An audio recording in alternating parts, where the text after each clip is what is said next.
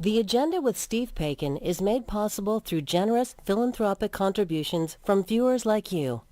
Thank you for supporting TVO's journalism.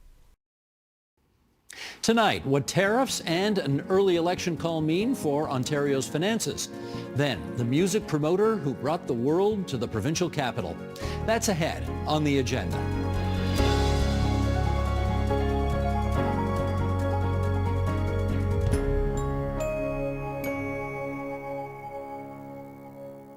When external shocks have jolted the provincial economy, governments have stepped up and spent to support hard-hit businesses and workers.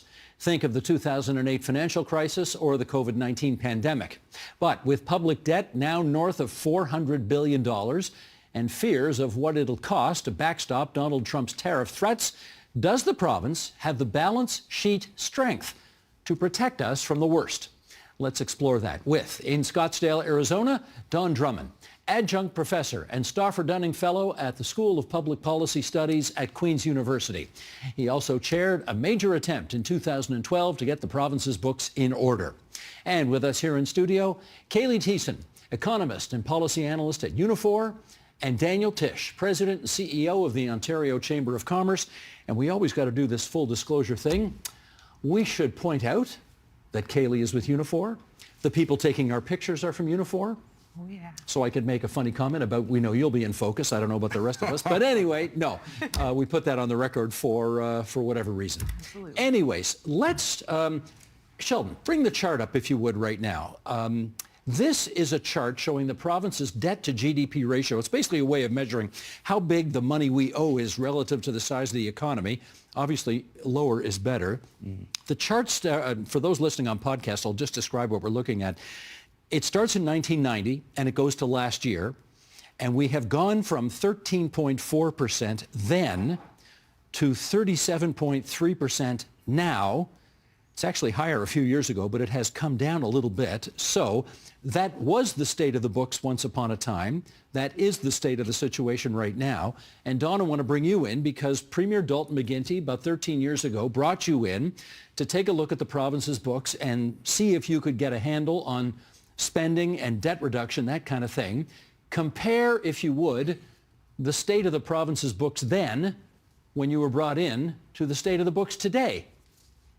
Well, they're worse now. So that chart is the very thing that I obsessed with over 2012, and I called it the staircase, because as you think about that visual image that we just saw, every time there's a shock like the 1990 recession, the 2008 financial crisis, that debt to GDP ratio soared up. In theory, as the economy recovers, it's supposed to come back down again, but it never did. It went to a higher level. It stayed at that higher level. Then you got another shock and it went higher still. And of course, post 2012, we had the pandemic, and as you saw from that chart, that debt ratio went up again. It's come down a little bit, but never mind not coming back to the 13% you referenced as the starting point. It's not even come back to anything close we had in the financial crisis or when I did it. So the deficits, yeah, the deficits are a concern, but that's not the biggest concern on the fiscal side. The biggest one's on the debt. And then just finally, what the other thing I was focused on when I did the commission, what is all that money getting us? And that's probably arguably even worse. We've got a mediocre K-12 education system by international standards. Our post-secondary education institutions are on the verge of bankruptcy. They're just been hammered by everything conceivable. We're not a competitive economy. We have this huge productivity gap with the U.S., and that's getting worse. So we're spending a lot of money. We're in debt, but we don't have very much to show for it. We will come back to that, what we have to show for the investments that we made. Kaylee, if we owe north of $400 billion, $400 billion, characterize that if you would. Is that traumatic? Is that manageable? What is it? It completely depends on the size of the economy. So we're like, the number we care about is the 37.3, not necessarily the 400 billion. We need to compare that to the size of the economy. But the other thing I think to think about right now is that it's not time to fuss about this number. That is most certainly going to get bigger no matter what we do in Ontario in the face of what's happening south of the border. We're being put in an existential crisis because of Trump. And what I would like our politicians to be talking about, what I would like us all to be talking about, is what we're going to do in order to make sure that we build the economy and the province that we want to have, and then talk about how to deal with the debt after. Because right now, we need to make sure that we're taking care of the people who are going to be hit the worst by this crisis and make sure we don't leave them out to dry. Well, fair enough, and we will come back to that. But again, I'm trying to get a sense about whether, well, for example, the province says as long as we keep our debt to GDP ratio below 40%, that's for some reason a magic number, we're doing okay. Agree or disagree? Well, I guess it depends what we consider okay, and it also depends on what are we doing. I think Don's question, I think, was I think a very smart one, right? Like, how are we spending that money, right? So, and I guess what we would say at the Ontario Chamber is, if we're making investments in the productive capacity of the economy or in the capabilities of people in the economy, those are good investments. If we're just subsidizing consumption, those aren't so good investments. So then let's do the follow-up question. Are we or are we not? Well, we're doing both, right? I mean, if you look at it, the government's put, I think close to $200 billion over 10 years. It's committed to big investments in some things that are really important. Subways, right? highways. Yeah, so transit or broadband or, primary care reform, enabling more people to connect to doctors, even though it's not enough. So these are examples of smart spending, but at the same time, we've got $3 billion being spent on giving us all $200 checks. Not all of us, only those of us who filed tax returns, well, okay. Which means the people who need it most aren't getting Absolutely right, right? So you've got to wonder, how effective is that? We're talking about taking tolls. You have the politicians now competing with each other to see who can be faster to reduce tolls on the highways. We're hearing about buying back the 407, which would cost $30 billion or more without adding any new capacity to the provincial highway system. So to us, these are all examples of poor spending choices, understandable when there's an affordability crisis, but ultimately you've got to get at the root causes that make life unaffordable for people. Don Drummond, can I get you to weigh in on the issue of the money we're spending and whether it is being wisely invested as opposed to just fueling consumer choices? Just first, I heartily disagree with the notion that keeping the debt ratio under 40% is safe. We're spending almost 10 cents of the revenue dollar in interest on public debt. So that's money that's not available for health or education or supporting the social needs of the people of Ontario. The debt ratio should be much lower than that. I think 20% would be the highest that you would want to see on that front. Well, we could add a lot of lists to that. We've got these reductions in the gasoline excise tax. That's not a good use of the public money. That's a perfectly reasonable way to pay for the services that the people of Ontario want and need. We've spent this fortune just to get alcohol in corner stores a little bit earlier. I mean, maybe that's a desirable thing to do, but what was the need to rush with that and to waste the money on that? So I don't think the money's been wisely spent. I agree that if we have this economic damage, which seems to be coming our way, all we can do is, we told you not to do this and you did it. You left us vulnerable, but that's not the time to do it. But on the other hand, the shovels are still out, making the hole digger. And there are needs that we have and ways that the money can be better spent. And we're just seeing it being wasted as far as I'm concerned. Can I add a few pieces of waste to that list? I think about private equity in healthcare and how we need to be spending on healthcare. We've been spending a little bit more on healthcare than we have in the past, but we've also seen a lot of that money go to private delivery. So we still have a single payer system. It's free to me. Sometimes there's a little bit of an extra charge. But private equity is siphoning massive profits. And the more we allow private equity into that system, the less service we get for the money that we are paying. And so we could put some rules in place to limit that. And I think that would go a long way, not necessarily to a decrease spending, but at least to improve the quality of that service. In public transit, when you look at the infrastructure that's being built, think about the Eglinton Crosstown if you're in Toronto and how far over the time limit that is and over budget.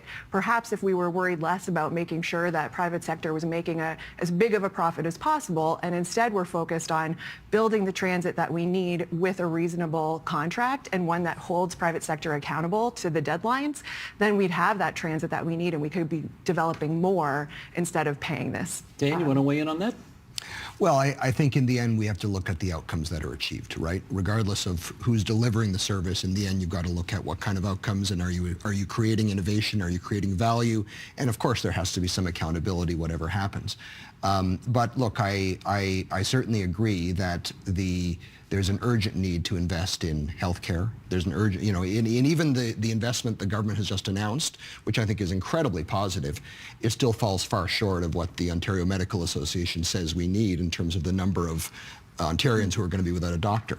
One of the ones that we talk the most about is post-secondary education, right? I mean, Ontario still has the lowest per capita funding of, per student funding in post-secondary education, and really we should aspire to have the best. Well, right? It's been that way for 50 years. It's been that way a long time. Yeah.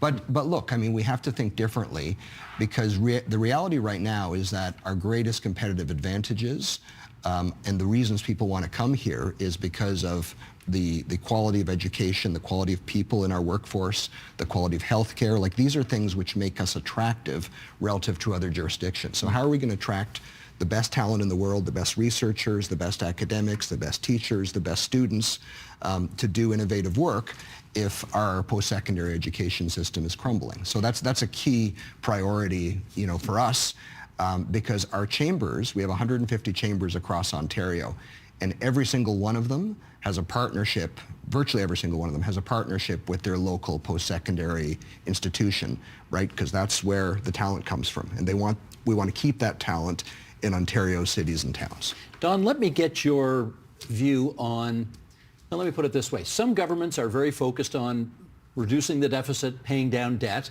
Others not so much. What have we got right now in Ontario? A lack of concern about it. We had that temporary concern under Dalton McGuinty and my report, and for a few months it looked like they were going to follow that, and of course he got in trouble in natural gas plants, et cetera, et cetera. A new government wasn't very interested in it. We had at the federal level, Trudeau government came in promising to balance the budget in short order. They quickly lost interest in that, almost got drunk with the spending power given to them under the pandemic. And of course, that debt-to-GDP ratio sorted up. So in the United States, we don't talk about it. They don't even talk about it. It was almost a non-election issue. They've got a massive debt, way worse problem than us. So it comes and goes in flavor. It's not in the flavor right now really to do anything about it. But then you get the crisis comes along and you realize you've been left totally unprepared for it. That's why you want to deal with it when times are reasonably good, and nobody wants to. You made dozens and dozens of recommendations initially to the McGuinty government, but of course any government thereafter could have picked that shovel up and continued to fill in the hole as opposed to keep digging. What percentage of the recommendations were fulfilled, do you think? Probably no more than half. And the more difficult ones were, and some partially. So we talked about health, and the easier thing is just to spend more money. But one of our big recommendations was scope of practice. Right. Doctors don't have to do everything. Nurse practitioners can do a lot of that. Registered nurse can do some, and nurse practitioners and down the line. And we do have these health teams now, but more on paper than in practice. And there's all kinds of restrictions on their ability to practice. We've got roughly 30 nurse practitioner-led clinics in Ontario. They have very high customer satisfaction ratings. They seem to be working well. They actually don't even do many referrals to physicians. We can have a lot more of that. We saw a movement of this in Nova Scotia, where that government promised to have more people registered for care, and they opened up the nurse practitioner offices and pharmacies. So there's things that you can do that don't necessarily cost money. They're disruptive. They're a bit controversial, and they're a bit more difficult. It seems to be easier to do these little giveaways and spend more money than to do the hard work. Yeah. Kaylee, I'm just going to say, Kaylee, how concerned are you that the state of our books today are such that if we get a massive threat from Trump because of tariffs or whatever, we're not going to have the fiscal capability to respond appropriately? I think we have the capability to respond appropriately, but I think that there will be folks who ask us to use the debt to GDP ratio as an excuse to not do it.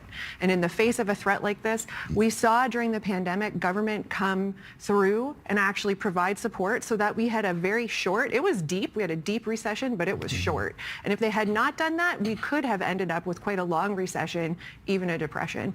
In after the financial crisis, it took a very long time to recover from that that incident, whether you're looking at number of jobs, the wages and working conditions, those things catching up.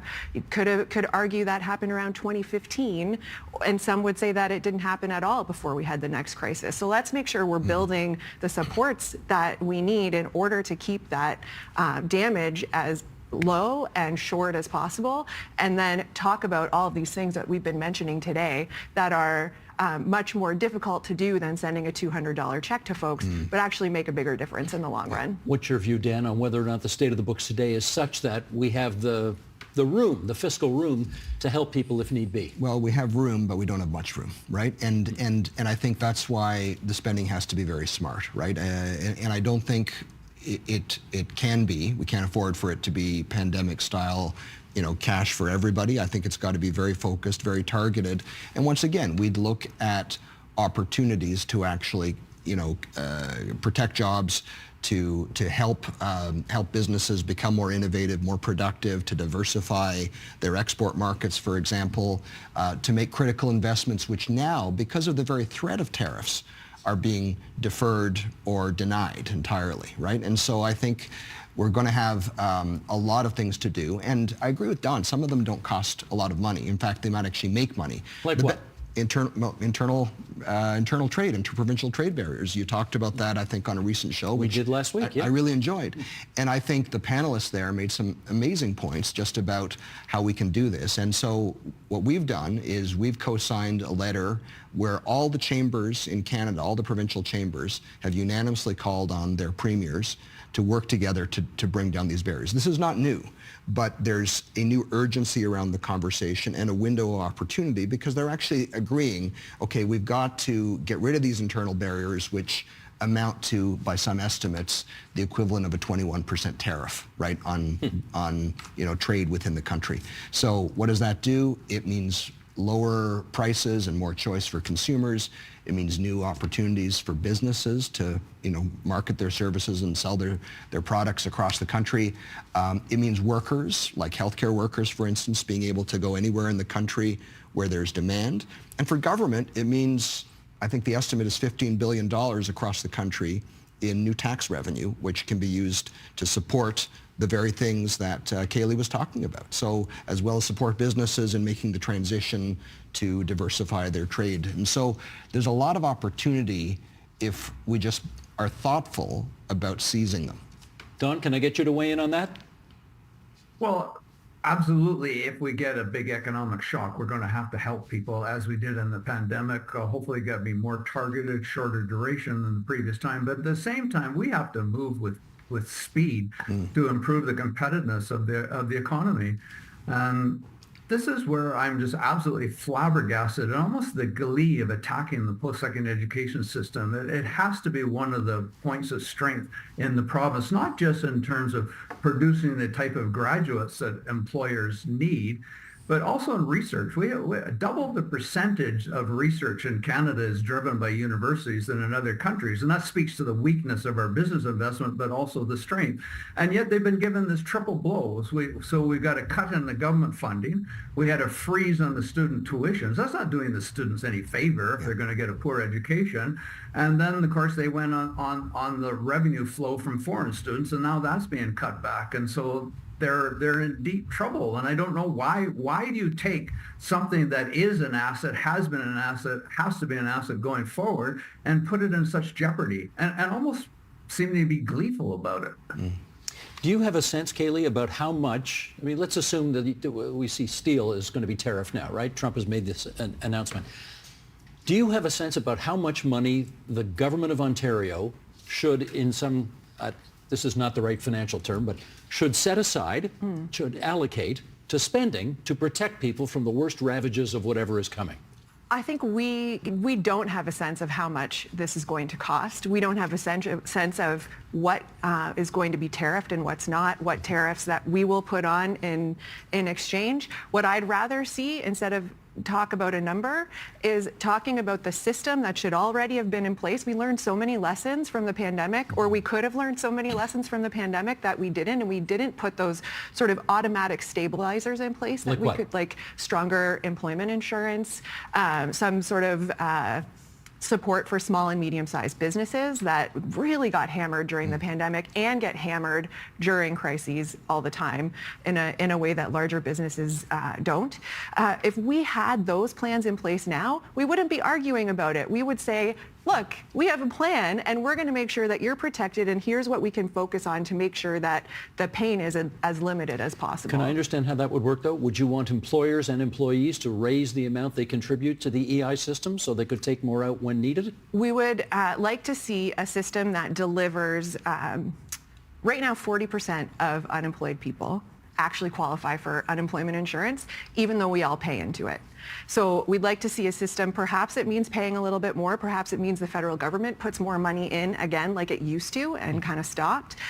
We want to see the rate of return, that's not the right term, but the income replacement rate should be increased, and we should make sure that people who are working, people who pay into the system, actually get the benefit and the insurance that they're paying for. Dan, can you sign on to that?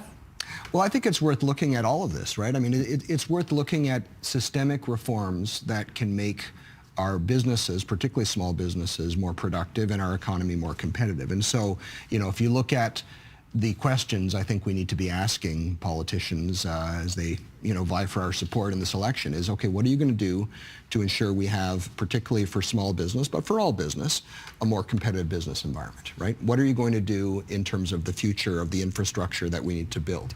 What are you going to do to ensure that we have healthy and sustainable communities? And what are you going to do to ensure that we invest in people, right? And that's where I look at skills training, I look at post-secondary education, I look at health data, right, as an example where we still need to get so much better. I needed an urgent CAT scan last summer. And it took 5 days longer than it needed to schedule it because they lost the fax, right? So, Isn't that crazy? It is They are crazy. still using Right. fax machines for doctors to put requisitions into hospitals to get That's MRI. Like I'm waiting for one too. I've been waiting a year for an MRI. This is kind of weird. So look, so a lot of these things, of course, they're going to be big price tags for some of them, but it's a matter once again of coming back to, are we spending smart or not, right? And a lot of the populist expenses, it's kind of like they're the junk food of public policy, right? They taste good momentarily, having this $200 check in our pockets. And yes, it sloshes around the economy and is maybe a little bit stimulative, but in the long term, it doesn't make us healthier. And I think we need to focus on the long term, what's going to make us healthy. Don, do you have a sense about whether even just the threat of Donald Trump putting tariffs on Canadian goods is already disrupting the Ontario economy? And if so, how much? Yeah, I'm very glad that you've raised that issue because that is one of my biggest concerns. Yeah, I'll date myself, but I was there involved in the original promotion of the Free Trade Agreement and then the North American Free Trade Agreement. And the premise was pretty simple. If you want access to any of the three North American economies, you can locate within any one of those three North American economies. We never absolutely had that because we had some non-tariff barriers, but more or less we had that. If you needed access to the U.S. market, you could feel comfortable locating in Canada. I think that premise has been shattered. Whether he puts them on or not, the threat that they could come back any single day. And so you're going to see it. And you saw there was a survey by KPMG that showed already up to 50% of the large firms in Canada are contemplating cutting investment here and increasing investment and even a physical presence in the United States. And I think that's logical on their part. So we have to counter that. We have to make ourselves even more attractive. We have to have a competitive system. We have to have competitive regulation. We have to make better use of our skilled labor force to draw companies here and keep them here, because you're absolutely right. I think it's not just a question of whether we're going to get tariffs or not. The very threat is hurting and will continue to hurt Canada. And that's exactly what we hear, right, from businesses, from both, we represent not just big business, not just small business, but all business, right? And so we're hearing that right across the board. And there's a lot of concern about that. The uncertainty means people are just not prepared to make the investments that they otherwise would. And to be clear, it's not just in Canada. We hear this. I've been talking to the CEOs of all 8 U.S. state chambers that border Ontario. We actually have 8 states that border Ontario by land or water, right? And they all are saying exactly the same thing, quietly. So right? they're no happier about the Of Trump course not. tariffs? No, because it means devastation on both sides of the border. There are no winners in a trade war. There are only losers. And I want to pick up on what Don said about non-tariff barriers actually being something we need to worry about, right? There's all this discussion about the border. I think it's a little bit of a red herring because it gives the president the excuse to act without congressional approval on tariffs. But nonetheless, we have to take the border seriously and border security seriously.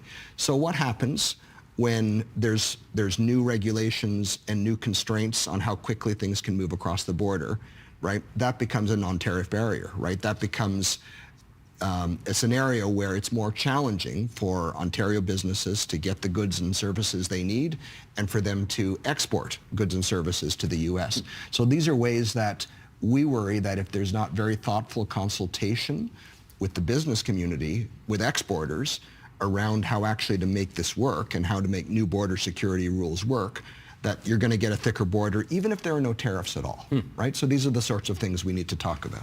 Kaylee, can I get you on this? We put that chart up at the beginning of our discussion showing that the debt to GDP ratio in the province of Ontario was a little over 37%.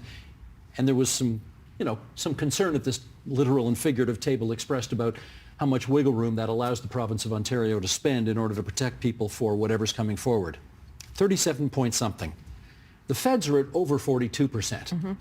Does that suggest that they have even less wiggle room to spend what it will take to protect people from what's coming? I'm still on the page that we need to protect people from what's coming. Regardless. First, that is absolutely the number one issue that should be on the table, or response that should be on the table. No fussing about a number that's going to get bigger no matter what.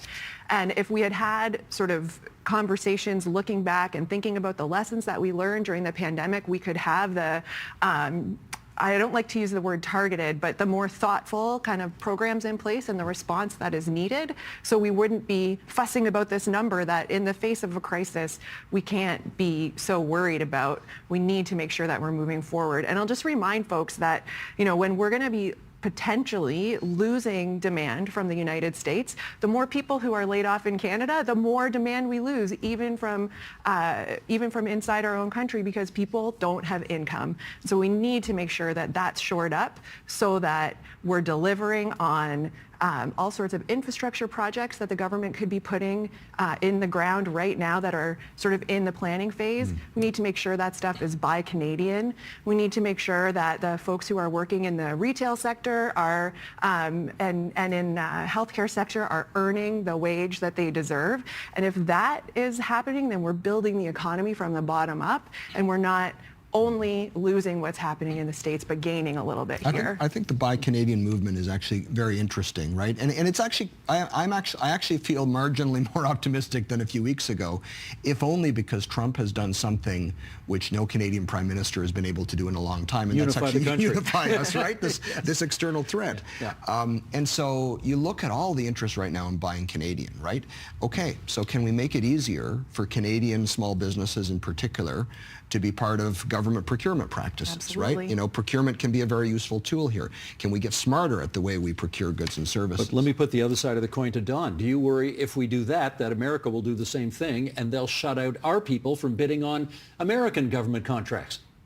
No, absolutely. They already tried to do that. And it's not just Donald Trump. Of course, Biden initially and the Buy America was going to exclude Canada, and we got some concessions around there. But that threat has always been there. And it's a threat that seems to be spreading around the world. I mean, we open trade on a global basis, and for a while it's going to be somewhat narrower, but that just means that we have to get our competitive productivity act together to compete in this new, more hostile world, but for our own sakes. Dan, I got to ask you about this so-called Canada-U.S. Economic Summit that took place in Toronto last Friday. Prime Minister Trudeau showed up. He got caught on a hot mic saying that he is taking absolutely seriously this notion of Trump coming after us to become the 51st state. What was the big takeaway from that meeting for you? I admit that when I showed up that morning, I didn't have very high expectations, right? I mean, I was worried that it would be a 3-hour-long photo op. But in the end, it actually proved to be very constructive discussion because we had we had labor there, we had business leaders there, we had nonprofit leaders, and so this wide range of stakeholders. We sat around round tables and we discussed things that need to be done. There were, officials there from the federal government taking notes. Now, again, a lot of people will say, understandably, this is all talk, it's not action. But what was very interesting, I thought, was that there was a real unity of purpose, but also a similarity of the recommendations that were coming out of, all of these discussion tables, right? And it was around the stuff we've already been talking about. We need to bring down interprovincial trade barriers. We need to make it easier to get big projects built in Canada and to get big things done. We've become a little complacent, we've become a little slow.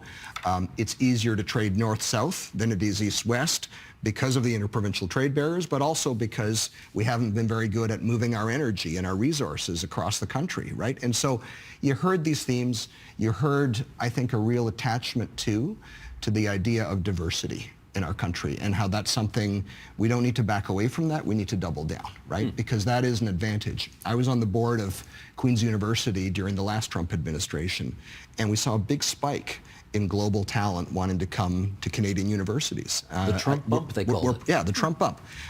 If we're not already seeing that, I'm sure we will.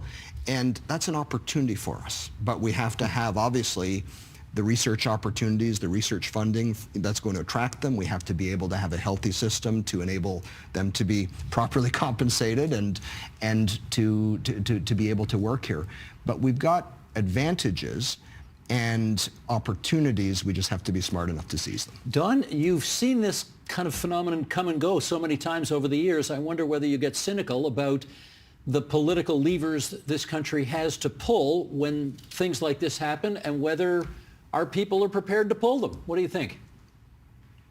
It's funny that title on the editorial in yesterday's Globe and Mail was that Canadians want their politicians to be bold. Ironically, that editorial wasn't particularly bold, but there are opportunities to be bold and to do things that are very controversial, and we have to do them. You think about it, we've always had this productivity gap vis-a-vis the United States, but it's been growing. We're now about with 69%. Like, I get it, they got economies of scale. It's probably not realistic to be 100%, but when you think about it in the global context, when the Organization of Economic and Cooperation Development started in the 1960s, we had the fourth highest level of productivity. Now we're below the middle of the pack. So it's not just the United States. We've needed this wake-up call. We need a tax system that stops the disincentives to work, save, and invest. We need something that encourages small businesses across that 500,000 net income line and continue to grow. There's all kinds of things we've needed. We've got to get going and put them into place. And yeah, it's going to take boldness. I mean, here's one that everybody would hate. Let's cut our corporate and personal income taxes and pay for it by raising our GST rate. Absolutely, that makes sense from an economic. Everybody say that would be political suicide, but why? That would help out people. You can cover the regressive nature of it through the refundable tax credits. There's all kinds of things that we can do. It takes a bit of boldness, but we need to be bold at this point. We're in trouble. Political boldness seems to be an oxymoron in some parts of this country, but, we're in the middle of an election campaign, so what do we say? We shall see. Let's see how it all unfolds. I want to thank the three of you for coming into TVO tonight and having this discussion. Don Drummond on the line from Scottsdale, Arizona. He from Queen's University and, of course, from the eponymously named Drummond Report all those years ago. Kaylee Thiessen from Unifor. Daniel Tisch, Ontario Chamber of Commerce. Great to have you all here at TVO tonight. Thank you. Thank you, Steve. Thank you. Matter.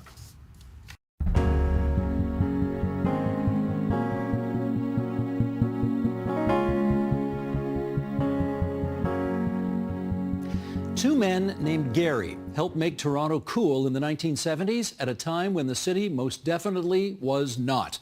They had neither a rule book nor a lot of money. What they did have were passions and ideas, most of them decidedly outside the mainstream. First came movie theaters, then came concerts. And what a roster of acts the Garys introduced to the city. The Ramones, the Police, the Go-Go's, and Talking Heads, to name just a few. And now one of the Garys is the subject of a new book called He Hijacked My Brain. Gary tops Toronto about his sometimes wild career as a promoter and influential cultural curator. And Gary Top joins us now here in the studio. Great to have you here. Thank you. I got to tell you, this book is a work of art. It's not really, there's so much, well, you know this, right? Look at this book. I don't know if we can get some shots of this here, Sheldon, but here's This is the book itself, okay? That's the book, which is, I mean, just chock full of great images from the past. And then you've got all this other stuff in here as well, right? That's a timeline, like a subway. Through the 70s? Yeah, yeah. Derek Emerson got me into this. He published it, and he's like the print genius. It's great. Here's what I really enjoyed, because I kept tickets from back in the day. And here you go. You've got like replicas of a lot of the tickets and images, almost like baseball cards from back in the day. What's this one here? There's the police picnic. You used to do the police picnic every year. Anyway, so much to get caught up on here. Let's start at the beginning. You're a lousy student, right, Gary? Not a great student at school? I was not interested in school whatsoever. I went through high school in the early 60s.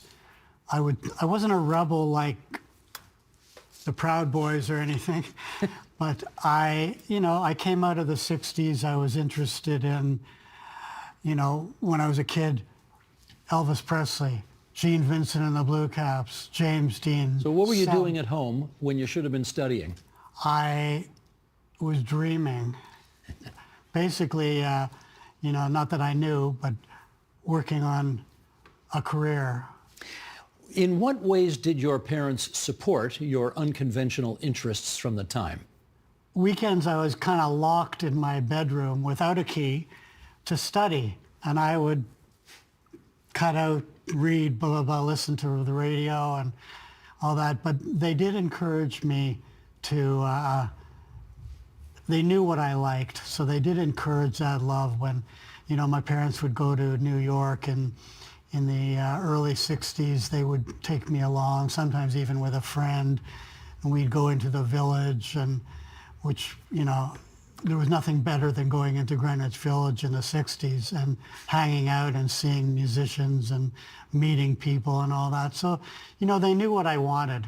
I guess your first big gig as a producer, or I guess what we would have called you an influencer back in the days, wouldn't we? Centennial College, you ran a film society there. What kind of movies did you play? Lots of foreign films and a lot of underground films, American underground films from the 60s, Kenneth Anger. One time I got hold of the Chelsea Girls, Andy Warhol's 3-hour split screen extravaganza, and we were going to show it, and the auditorium was packed, and in comes what was then called the Morality Squad. Mm-hmm. And they shut you down? They shut us down because the movie was infamous. There was nothing in it. I mean, it's like Nico combing her hair or crying, and it wasn't anything. But we were lucky to have at Centennial College a law course, a very basic but really interesting law course. And the teacher was a judge at the time, and he said, you know how you get around this? Form a club, membership cards, fee, and you can show it, which we did. Well, you took the next big step, and I remember this one. This was the original 99-cent Roxy Theatre in Toronto in the East End. So this would be in the early 1970s. We've got a lot of young people watching this program who will not know what Toronto 50 plus years ago was like. So tell us, what was it like? I guess they call it Orange. Orange Toronto, that's right. Orange Very Toronto. Protestant. You couldn't, not that I drank, but you couldn't get a drink on a Sunday. You couldn't go to a movie on a Sunday. You go to a park, and they used to chain up the swings. You weren't even allowed to go to a park on a Sunday. I don't remember that, Yep. but it was pretty boring. And with the things that I was interested in, the rebellious artists in New York, the pop art, the Rolling Stones in 1965, Bob Dylan in 1961, John Coltrane, the Velvet Underground. I was into all this stuff, so I opened up this movie theater and decided to show 2 different movies every night. Did people come? And people came. It took a while, but people came, and to the point where the theater chains, Famous Players and Odeon, who are just west of us at Broadview and Danforth, tried to boycott us. They were telling the film distributors, they're the ones that own the movies, represent the movies, not to give us movies because we were doing 1,000 people a night and they were doing like 30. We weren't very popular. Let's do an excerpt from the book here in which you describe those early days of the original 99-cent Roxy. Sheldon, bring this up and I'll read along for those listening on podcast. The theater hadn't been used in months. It stunk. Every night we would burn incense to keep the smell down. We ran Hendrix at Berkeley for 5 weeks. I had decided this is what I really wanted to do. We started with 1 movie a night, then 2 different movies a night, then added midnight shows and an all-night show with 5 or 6 movies. So when people went to these... And 24-hour shows. 24-hour shows too? Yeah, here's one of them. Oh, there it is. Roxy. Okay, which camera can we show this to? Okay. That's 24 hours of schlock movies. And how many movies would you show over 24 hours? Oh, at least 10, 12. Where'd you get them all? From the film district. We rented them. How much did it cost? They varied, but they were generally about, for these kind of shows, about $35 a night, whatever. And would you always make a profit? These shows were sold out well in advance. I mean, you know, we were giving away K-Tel products and all sorts of stuff. Now, besides seeing the movies, what else did the patrons do in the theaters? Well, it was a time when you could smoke in a movie theater. Smoke what? Smoke, period. Tobacco. Smoke anything. I mean, marijuana wasn't accepted, but we allowed it. And at that time, the police would walk their beat. They wouldn't drive. They didn't have bicycles. They walked. Yeah. And the Roxy became a stop for our officers. And they would come in, you know, get a drink or some popcorn. And, you know, they would open the door and it was like a blast furnace of pot smell coming through. But never had a bust. They never busted you? No. I mean, we had great press. And I think we did good. We, as opposed to well, we entertained, we informed, we kept people off the streets. It was safe, and it was, you know, I think they appreciated that. You took the next step, getting the New Yorker Theater just south of Yonge and Bloor, right. And you started to book musical acts. Why did you move into that space? We moved in because, well, it's kind of a little story. At the Roxy, the air conditioning was done through a large vent under the floor, hallway kind of thing, with holes under each seat for the circulation. And it turned out that the cleaners, instead of sweeping the garbage into bags, would sweep it into the holes. So every so often, more than not, you would get a fire. A cigarette butt rolls into the hole and catches on fire, or a joint, whatever. And we'd have these fires, and the place was getting very, the walls were getting kind of sooty. And the landlord was supposed to clean it up, and we were going to raise the rent so he could do it. Not the rent, the price rather. And he never did it. The New Yorker, which was, in my day, the leading art house in Toronto. I mean, that's where Easy Rider played for like 3 years, but all the foreign films and stuff. And it was available. And we took it over. And one night I was screening this movie about all the new bands that were happening in New York at a club called CBGB in Max's Kansas City. And I'm sitting there and thinking, you know, I've been showing 2 different movies every night, trying to make it unique.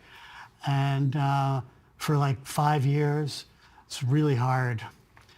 And I decided I got to bring these bands in. Well, okay, let me pick up the story there, because almost 50 years ago, you brought the Ramones up, and they'd never played Canada before. How did you convince them to come up here? They never played outside of New York, outside of the United States, rather, except for England, just prior to us.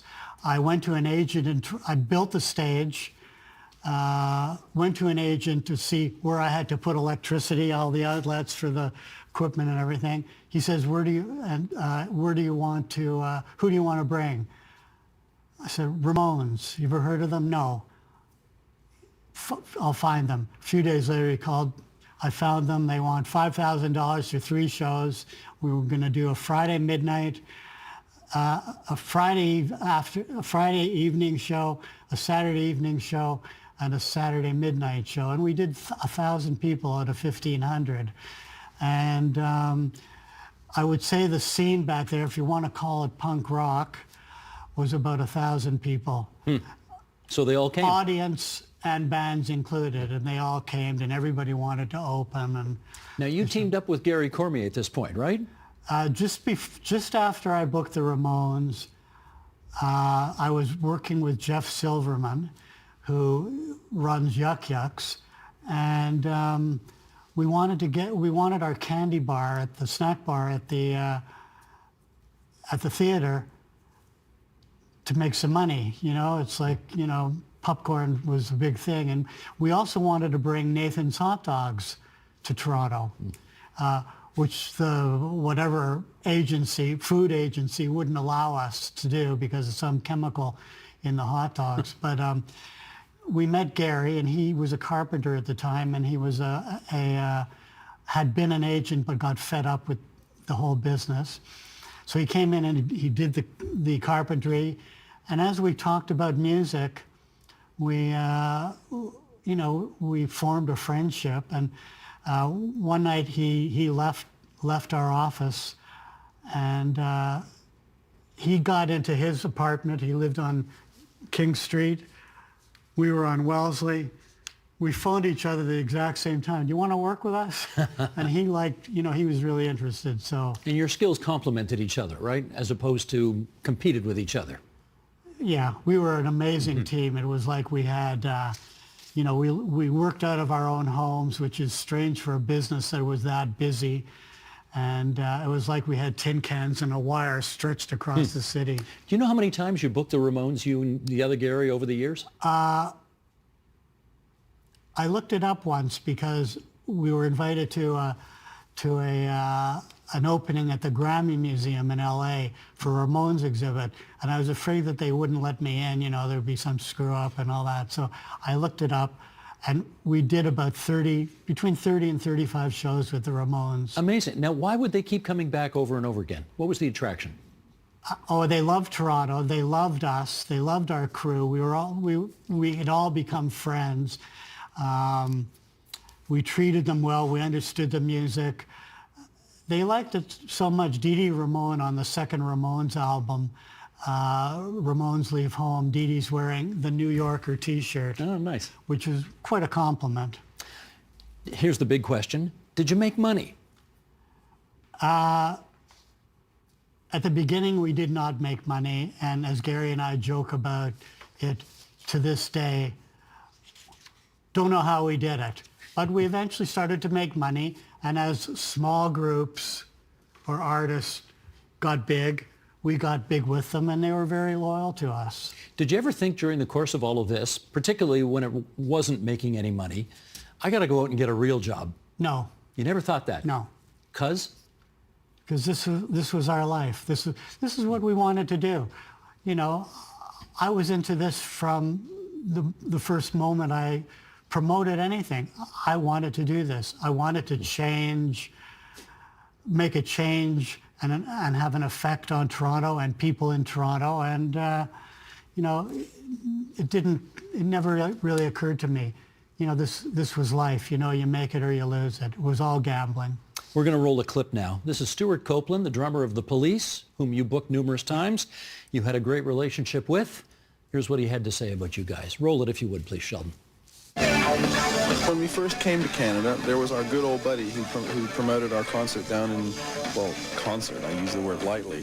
It was at a club called the Horseshoe, and there was only about 10 people there who were all from the record company. And the promoter took some chances with us in the early days, and now that we've made it big, we're sticking with him. Sticking with him. How did you engender that kind of loyalty? We cared. We understood the music. We looked after them. We didn't back down when a lot of people think it was 16 people. It was 30 people a night, but many of them were record company. I think we were the the true promoters or the true, whatever, I can't even think of the word now, but you guys were kind of, you were a bit of outlaws in the industry, right? You didn't do Totally. business like everybody else, and they didn't like us. the other people in the business. No. We had when we were running the Horseshoe Tavern, for instance, Blondie was coming into town, and we had a meeting with an A&R person at Capitol Records at the Horseshoe, and at the end of the meeting she said, "You know why you'll never get any of our acts? Because you don't have carpeting on the floor." And Blondie ended up going to the Alma Combo, which to me, it just, it wasn't real. It was just a corporate thing. We were not corporate. We were part of the audience. We geared our shows to the audience and to the artists. We weren't walking around with attaché cases handcuffed to our wrists or anything. We were fans. Well, you used to do something called the police picnics. What were they? Oh, the police picnic were kind of like Lollapalooza or multi-act shows focused around the police, obviously based on the Toronto Police Picnic, the name, but we curated, the curator was the right word. Yeah. We curated those artists, those shows, and we did one in a field in Oakville, off Trafalgar Road, and we did 2 at the CNE. Here's how the news played it 44 years ago. Sheldon, if you would. The biggest rock success this summer was the police picnic held at the Grove just outside of Oakville, Ontario. 25,000 people showed up, although tickets were $20. The talent was organized by the Garys, and obviously they did something right. Unlike last summer's Heatwave Festival, which reportedly lost $1 million, this outdoor concert may have broken even. May have broken even, the reporter says. You read in the book, it did not break even. It did not, eh? No. You guys would lose money on these things? It lost money, yes. How can you have that many people there and it loses money? That was a good crowd, a huge crowd, sort of a groundbreaking crowd for that era. You know, we were new to outdoor shows and there were problems and stuff. And Like what? well, you had to turn a farmer's field into a venue. At the last moment, it looked like the truss over the stage was going to collapse, and we had to bring cherry pickers in to hold it up. It's always something. There's always something, you're right. Now, at some point, you stopped doing the live shows, right? Altogether? I did, yes. How come? I got fed up with the industry. It was like 93, I just got fed up with the industry. I hated the bands that were coming out after Nirvana. They all sounded the same. None of them sounded legitimate or honest. The business of music was changing. It was almost like it was in the dinosaur years before the punk rock thing started. It was just, it was terrible. My wife and I had bought some land up north and we built a cottage. And I kept telling everybody, if I didn't have this cottage, I would have been in jail for killing somebody. Do you miss it at all? I don't miss that aspect of it. I still do it as a hobby. I do beautiful shows now in a 30 capacity seated bookstore on College Street. I promote people that I like. I give the money to the people. I do it gratis. I get to promote, like publicize. I get to help people. It's kind of a nice way to end a career and also to come full circle because, you know, the first shows that I ever saw were in rooms the size of a living room. And I love the intimacy. I get the feeling, though, Gary, that you couldn't do today what you did back then. Like you came along right at the right time where a couple of guys working out of their homes could have this much influence on the cultural scene of the capital city of the province. Couldn't do it today, though, could you? I think you can have some influence, but I mean, it's very difficult to compete. I'm doing a show in a couple of weeks with an artist that I've worked with since 1980, Jonathan Richman, who's sort of credited with, sort of the first punk lyrics. He met and loved the Velvet Underground in the 60s and who kind of changed the landscape. But, it's in a venue that we used for years at the concert hall, the old Masonic Temple. I wouldn't want to be in it. And I don't think anybody that's doing it really cares to change the landscape. I think that, honestly, that from the Roxy through all the concerts, that we did change, or I was involved in changing the landscape of Toronto in the arts process in Toronto. We encouraged kids to do it themselves. Restaurants were being, during the punk thing, people who could cook were opening restaurants. They were cutting hair. They were designing clothes. They were opening galleries. Real estate was changing. Neighborhoods that were crappy were now becoming viable. I think we had a lot to do with it. How old are you now? I'm 79. You're 79? I am 79. Good for you. You look great. Last December. How do you feel? I feel great. I feel like a kid. Gary always says I act like a 12-year-old girl. I don't know if that's sexist or what, but... Well, that was going to be my next question. What's the nature of your relationship with the other Gary like? We're still friends. We talk a lot on the phone, He lives in Port Hope now, so I don't get to see him too much, and I hate driving on the 401. Well, they're going to put a tunnel under it soon, so you won't have to. Yeah. That's terrific. Thanks a lot for coming in. I appreciate it. I mean, as you look back, it was a hell of a ride, wasn't it? It was great. I tell people I'd be a great stand-up comedian if I didn't have stage fright. That's great. Gary Topp, concert promoter extraordinaire. The name of the book is He Hijacked My Brain. Gary Topp's Toronto. Thanks a lot, you. Gary.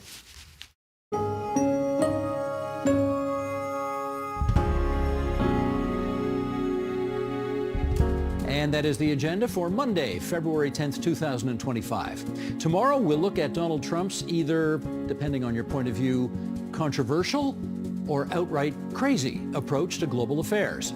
Plus, John Michael McGrath and yours truly will bring you the latest from the hustings in Ontario's 44th general election. I'm Steve Paikin. Thanks for watching TVO, for joining us online at tvo.org, and we'll see you again tomorrow.